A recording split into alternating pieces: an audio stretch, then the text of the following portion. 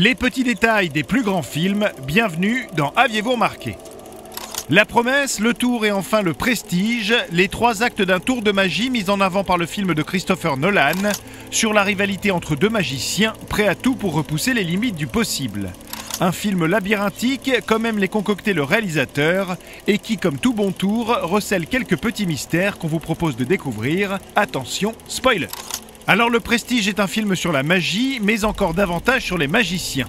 Il n'est donc pas étonnant que Christopher Nolan ait glissé quelques références à d'illustres hommes de l'illusion. Comme dans cette scène, pendant une représentation de Borden, interprétée par Christian Bale, où l'on peut voir à sa gauche une affiche avec de nombreux noms. Parmi eux, Harry Dresden, qui n'est autre que le patronyme du magicien et protagoniste principal de la série de romans Les Dossiers Dresden, écrit par Jim Butcher.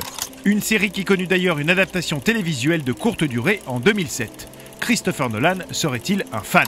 Le Prestige recèle d'autres détails intéressants, comme sur le personnage de Ruth, la doublure de Robert Angier portée sur la bouteille, qui assure avoir joué Faust et César sur scène. Ces deux personnages se révèlent avoir tous deux été détruits par leurs ambitions dans leurs histoires respectives, comme un écho au propos du Prestige. On pourra également noter que le surnom que Borden se donne à lui-même, le professeur, est en réalité celui d'une légende de la magie, Dai Vernon, ou encore que les initiales des personnages principaux, Alfred Borden et Robert Angier, forment réunis le mot Abra, comme le début de la célèbre formule magique Abra Cadabra. Mais ça bien sûr, vous l'aviez remarqué, non ?